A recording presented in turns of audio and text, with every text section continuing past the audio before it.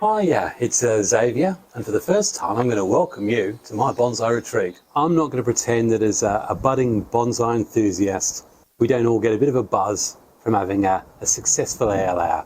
Rip that plastic off at the September time, loads of roots. If it's something like a Japanese maple or whatever, there's a feeling. I mean, I think saying it's that feeling you get when you give birth might be a little bit extreme, especially as I have no idea what that means, but you almost feel like you've created new life. And then the following year we look at what we've got. A lot of the time we have a sense of disappointment. Why is that? Bottom line is we've failed to plan. Yes, getting air layers is cheap, doesn't cost us anything. But it does, doesn't it? Because the minute we try and put an air layer on something, first of all, the tree that we've put it on, which hopefully is probably one of our decent bonsai trees, any development on that stops for at least a year. So if we're going to waste that year, surely there's got to be a decent reason for a purpose. I'm going to show you some air layers that I took last year, and I'm going to be pretty critical about them. And when that clip comes through, you perhaps get a better understanding of what I'm trying to get at here, of, you know, why bother. So tell you what, let's have a look at the trees that I'm going to line up that I've already taken and my critical assessment of them, and of those you'll probably see at the end of it how many were actually really worth the effort. Okay, so the first of the examples of the air layers I took last year, an example of actually one, why I took in the wrong place, and two, why it's potentially going to be more of an issue than good. Looks great like that as a tree or a small shrub, but if you look how far down there there's at least a foot of trunk on it. There's no taper. If we go off to the right, we've got that horrible stumpy bit there, and then we've got more going on up there. And the obvious choice on this one is actually to remove that right hand side and go along this way. And you've potentially got a little definition and tree in there somewhere. So the question I ask is, knowing that now, why on earth didn't I take the air layer higher up, potentially taking it there, or at least here? Instead, I've got this great big long stretch, which means I'm going to have to do something more on that. So yes, great, I got a successful air layer, but I did it wrong, and I've probably put myself back another 2 or 3 years trying to rectify it. Okay, so now pick out our two of our hawthorn air layers. And again, I think I said at the time, I thought it was a bit of fun with them, but immediately, are they worth the effort? Now you have got this this twin trunk basically effect coming from it, but the main trunk there is very taperless. In fact, the one off to the left is taperless too. You might well be able to create something from it, but if you're going to select that as something worth doing, I don't think that much of it. We go to this next one.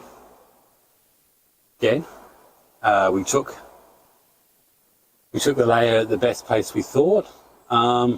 Potentially we've got a better tree as we look higher up there, and there's this strange V for Victory junction at the top. Again, no taper at all. So if I was going to do that with any, even looking at it at the top there, it's not the prettiest at all. So have I got myself 2 decent future trees as a result of doing that air layer? And my answer would be, honestly, no. The actual original tree that air layer was taken from was this one, and it just got potted up this year. Oh no, yeah, actually it did. And we've got a new leader growing on it, really healthy and vigorous, and that has the potential to be really nice tree. But because I had an air layer on it for so long, I was unable to do certain things with it. So instead of wasting my time on an air layer for a material that wasn't going to be worthwhile, wasn't I better just removing the stump at exactly where I wanted it, and then concentrating all my efforts on the recovery and development of this tree? Another example of an air layer that I took the time to take. and it's doing very, very well. And potentially this one, that's my knee cracking by the way, this one has got a lot of decent potential. We've got a slight variation in sizes of the two splitting trunks. Now I could have actually tried to take that layer right where those two junctions are, where that junction is, and get a really wide base, but I can remove the branch a little higher up there, and the same there. So this one actually was a fairly well located air layer. Moving on to this one again, although it's clearly not going to survive the sphagnum moss experiment, this one actually also had some good options if those branches had all survived. So, you know, I'm relatively happy with the location I took that air layer. Now the hornbeam, that was a failed experiment last year. It didn't even get it to the sphagnum moss stage. But we put it in sphagnum moss, and you'll actually see, I don't know if you can see here, but there's on there, buds. In fact, there's buds all around it starting to open up. And lower down on it, there's some really nice budding. So that one is clearly going to pull through, and that will make a really, really nice, I think it'll show in hornbeam. So very happy about that. And of course there was another maple air layer, which is probably the best of the lot, and that's this one here. Good length of trunk there before it forks off. Two dissimilar sized branches. Certainly we could do with the main trunk here not being quite so taperless, but there's a lot of potential with that, and as far as location for an air layer, very, very happy with it. So you've seen the trees I took in great successful air layers, and you know I will probably make decent trees of many of them, but I don't think they're ever going to be your quality bonsai. And looking back, if I was going to make that effort, I should have done some better planning. So I suppose the first question I'm going to ask anyone if I'm going to do an air layer is, why am I bothering? Is there something about the tree that makes it special? Often we'll look at a taller example of a tree, and we'll realise that if we took the apex off, we will have a quality Shohin bonsai, and often that's what happens with your trident maples or your bigger older stock Chinese elms. There's a lot of them. You can take that sort of top 9 inches, 10 inches off, knowing full well that you've already got a high class tree beneath it. Bit of rewiring on that tree, but what you get for it is this lovely Shohin.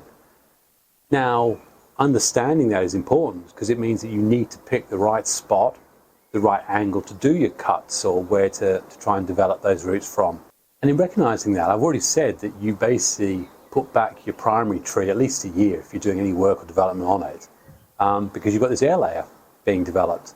But the tree that you're actually trying to take, this new air layer tree, one, you've got no guarantee of how or where the root's going to come from. Some root very well, some don't root that well, and I think I showed you with my olive.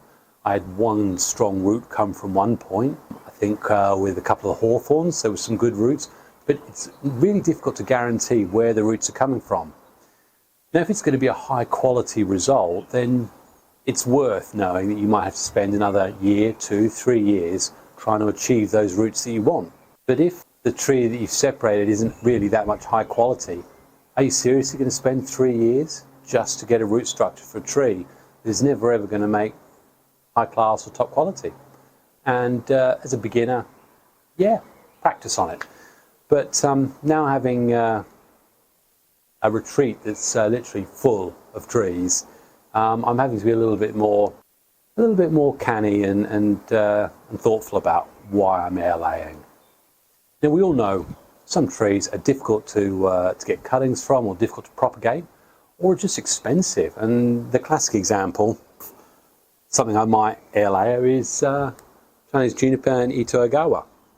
Now, no, I'm not going to be air layering this, it's that big.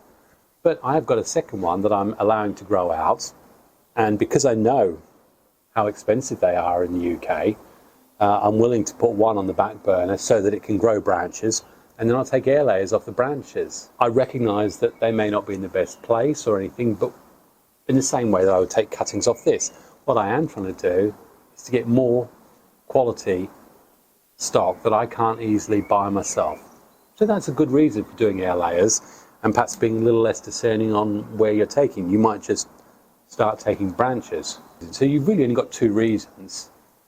You are looking to create two trees from one, and you can see both trees, and they're both going to be quality. You're looking to get difficult to propagate stock, or something that's very expensive like a Itoagawa, or you've actually got a bonsai at the base level and you're trying to rectify a fault. Now, that's probably one of the things that causes us to do an air layer when perhaps we shouldn't bother, and I'll go into that in a minute. So, whereas some of the other air layers I've done, these two. Now, I took these air layers for one reason only. The neighbour's Japanese maple was coming through my fencing, and we had these pencil thickness maples coming through, and I was bored, and I thought, you know what, rather than just cutting them off and put them in the rubbish, the main tree's got nothing to do with me.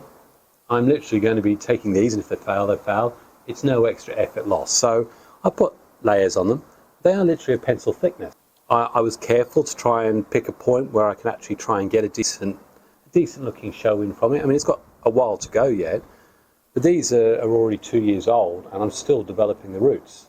And it's going to probably be another 2 more years before the root structure is any good. But I did make sure that there's at least a reasonable looking tree already there, because I know that I'm going to spend my first few years developing roots. So it's the first thing you need to make sure. If you're going to take an air layer, wherever you take it, make sure you've got a decent tree beyond that point. Otherwise, there's no point bothering. Same with this one. I mean, this one is less potential, but again, there's already enough of a shape of a tree within there that once the roots develop, get the potting angle right, I can probably make a quite passable tree there. So, you know, it didn't affect what I was doing with the primary tree, because the primary tree was planted in the ground. But if those two pieces had been on a decent bonsai that I was working on, would I have bothered to do it? And probably the answer is no, because it would have put back the work I was doing on the main tree too much. This is Yamadori. I dug it up 3 years now, so it's got a fairly decent root structure in there, but it's this great big long, what is it, a beech? I think it's a beech. And probably there is 2 trees in this. I've got 2 little shoots that are coming from here. There's a bit of movement in the trunk. There's no taper, which is one of the things I would be looking at. But if I can develop 2 branches from here, then that could probably be a decent tree. So my option would be straight away, okay, is the top worth air layer? Is it worth me delaying the work I do on this and the energy I get directing into these, get something from up here? So I look at it, and again, fat, absolutely no taper there at all. Potentially moving here. If I was going to take the air layer, it would probably be here. So then you start looking at this and saying, have I got a tree in here? The reality is, if I look at it, my biggest single issue is the lack of taper here. So yes, I could probably take a tree. Would it be good enough or worth me worrying about it? I could take it at an angle, perhaps take that top off and regrow a tree with this. But truthfully, I've got much better material that I would do that. So what I would actually do is, if I'm satisfied there's just really not enough quality in the top, I'd say, okay, I would do a trunk chop here. I would feed this heavily, and I would be encouraging these to grow this year, and I'd already be looking at wiring them up without having to worry about this at all. That means we're already into wound healing time for this. Whereas if I air layered this, I can't do anything to these. I can let these branches grow, but a lot of energy and everything will be going up here. We're producing roots. I've often found that really anything down here just doesn't do anything. The following year, when I separate it, I've then got to spend another year getting that wound to heal. It's just putting things back all the time. So again, make sure it's worthwhile before you put that air layer on. Okay, we've got three other examples here. All of them I've had, these two I've had for certainly 8-9 years. So we've got both, I think we've got 2 hornbeams, and then this one we've got is an English elm, which was dug up 4 or 5 years ago. So you've got 3 trees. Which one do you air layer? And what question do you ask yourself? Okay, so the first thing is, let's look at them in turn. Let's look at this one first. Pencil thickness. Yeah, it's 8 years old. Yes, I paid for it, and yes, I put time into it. But no taper particularly, or if there is, it's over a very long length of the trunk. If you move it around, there's nothing particularly. But okay, so the first point where you may have a potential tree is somewhere literally up here. Right, hornbeam, very common tree. I know full well that I could probably go to my growing fields and I could pick up a much better example that has already got roots in it as a Yamadori or field grown stock. I also know that I could probably go to a garden centre and get hornbeam that's that thickness. So am I going to waste a year try and develop something from that? And the answer is no. My option would be to say, okay, that's not going to make a good enough tree in its own right, although I could wire branches down. In fact, that's probably what I'll do with this one. But have I got a tree anywhere in this? Well, if we look here, and I know it's a long way down, there is a little bud point. So now I ask myself, if I would really want to try and make something out of this, maybe that's what I want to develop. For that to develop, I want to tell the tree that it needs to expend all its energy that way. So what's the natural choice?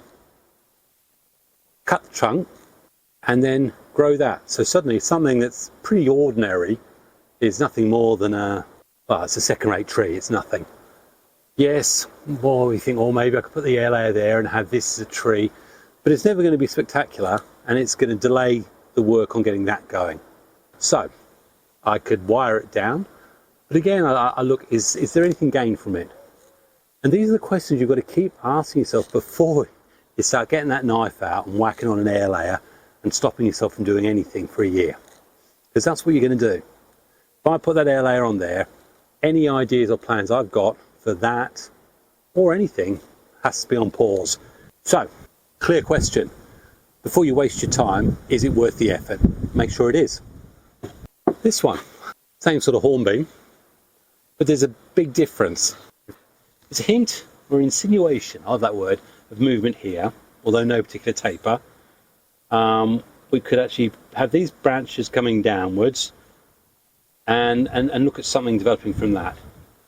But, so my normal choice, if there was nothing above, would be to remove everything there and discard this.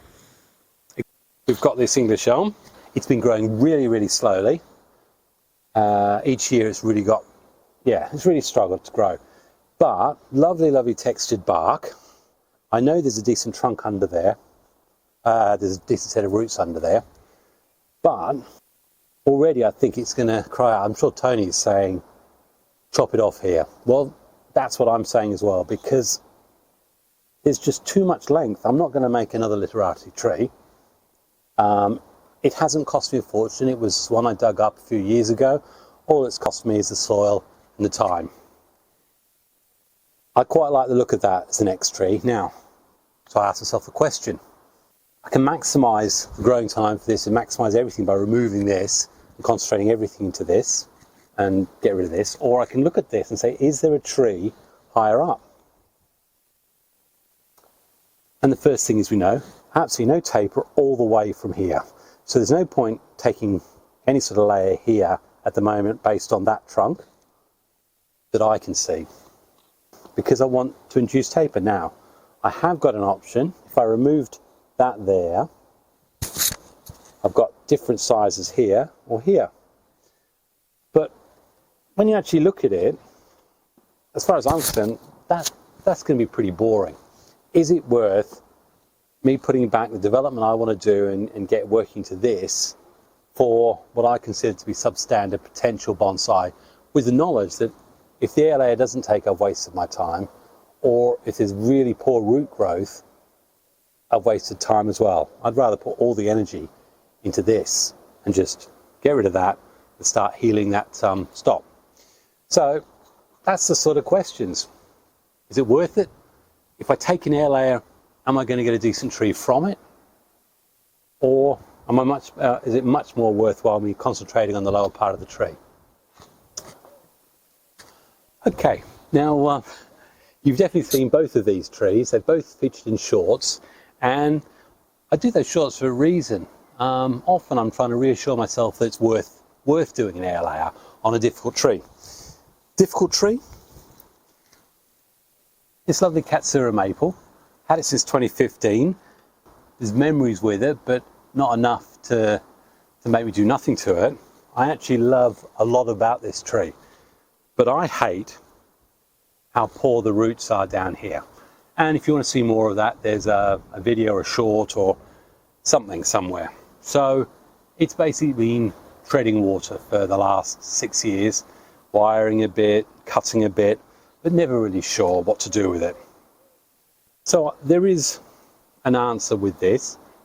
There's no opportunity for air laying higher up, but there may well be an argument for air layering just above where this scar is. So there's another reason for doing an air layer. You've got a good upper tree or a well-developed upper tree, but the base or the nabari or the lower trunk is so poorly scarred that there's nothing you can do with it. So in that case, you'd air layer. But you do risk losing the top because the air layer doesn't take, and having a disgusting bottom. So you can lose things. So that's, again, the risk has to be worth doing it. This second tree, part of me says it's unique. I like what it does. And if I had an appropriate rocky escarpment here, I could try and create something. But the truth is, I haven't created anything yet, so it just sits here. And this is the year when I'm considering doing an air layer on it. The reason why I'm considering it with this is because here and here, with that movement, we could actually create a really nice lower tree here. In fact, even with this third one here. So I could, natural point, take an air layer here. If the top doesn't survive, then I've got something much better to work on here. The reason why I'd make that effort? It's corkbark elm, and it's a mature one. I don't have, in fact, this is the only mature corkbark elm I've got now that I've managed to kill the other one. That's the tanuki. And if you haven't seen my corkbark elm tanuki, have a look at there. It's the first time I've done a tanuki. Great fun and great learning if you've never done one yourself. So I know that within the remit here, I can actually create a really nice tree. But also, at the upper part of it, there are a lot of options for a tree in there too. So I haven't worked out exactly where, and certainly some branches will need to be cut back, but there's a good reason for putting an air layer on here. In fact, the only thing I'd have to work out is exactly what angle I'd put that air layer at, because it may be that the next tree I want is actually going to be like that, so it means I'd want the air layer not certainly horizontal. So that's the question. Once you decide you're going to take the air layer, make sure you identify the correct angle to do the cut at, so that you get the roots growing where you want them. So this one is a combination of quality below, potential quality tree above, and it's a corkbark elm. I really could do another corkbark elm. Okay, so here I am. I'm holding this silver birch.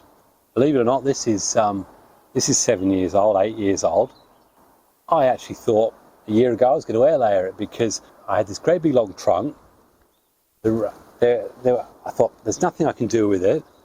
It's going nowhere. I'll air layer it. But again, I have to ask the question. For a start, it's a silver birch. It's old, but it's pencil thickness. I could probably start with 10 silver birch whips. It would already be the similar thickness. I could do the wire. I could have the root structure already in place, and then grow it. It would take me the same amount of time if I was to whack an air layer on here to then regrow the roots and everything. So I would probably be better off going with starter nursery material rather than trying to waste my time on developing it from here. Because again, you look up in the upper reaches of this tree, there is nothing about it that makes it worth air layering. Certainly nothing worth that effort that I can see. And again, I say this as someone who's been doing bonsai for a little bit longer, not to tell you that you can't do air layers, but just get you to ask yourself the question, if I'm going to air layer, what do I need to do to make it worthwhile? Not just whack it on, hey, that was a success, and then this air layered tree sits in a corner, it's never going to be a bonsai, and you're never going to look at it again. That sounded a bit miserable, didn't it? Now, we've already talked about a fault in the existing tree line being a reason for doing an air layer, and one of the suggestions I had related to this Chinese elm. I don't think you'll have seen the video yet, but my eventual decision on it was to change the potting angle. And I've done that, and I'm really happy I have. But I'm trying to hold it this way so that you can't see how it looks. But one of the suggestions I had was, because it had such a weird root here, and no real root structure, to consider doing a ground layer. So you're basically saying, I don't like the root structure I've got, I want to thicken the base, so I'll take a ground layer. And what the idea then would be is to maximize this girth area across here, and you cut all around there, or put a tourniquet with wire on it and build it up and take a ground layer. So you're basically just trying to get rid of the old roots, replace them with new ones, and get a thicker trunk where you want it at the base of the roots, or the new namari. So that's probably the only other thing that I'd be thinking of. I mean, if I look in my bonsai retreat, I've actually got loads of trees that fit in the category of, I didn't really think about it, they've grown or they haven't grown in the right place or right proportions, I've never got around to them, and now I'm desperately trying to think of things to do with them, and the natural thing is, end of May, air layer, it's air layer month, let's go nuts on air layering. And I'd rather put some of those trees that are unsuitable, full stop, as bonsai, into a nice big growing container and let them grow as trees.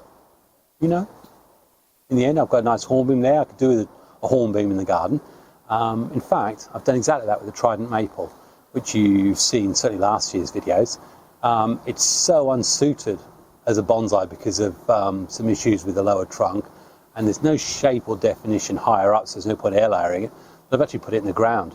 My aim with that will be, let it grow wild, 3-4 years, then I may take air layers off some of the branches, applying the same principles that hopefully I've got across to you. Why, where, how, and what's the quality like? Make it worthwhile. So before we finish, depending on how long this garble's been, I'm either going to be skipping over now to a couple of air layers, or I'm going to be handing you over to part 2, which will be seeing some air layers taking place. But either way, for today, I'd say thanks very much for listening. Hope you got something out of it. And certainly I don't want to take the joy out of air layering from people who are new to it, or who want to see if they can get something. Ultimately, if you want to take an air layer, take one. Just be aware of just how much time's involved in the long run. So from Xavier, in his bonsai retreat, I'd like to say thanks very much. All the best. God bless. Cheers.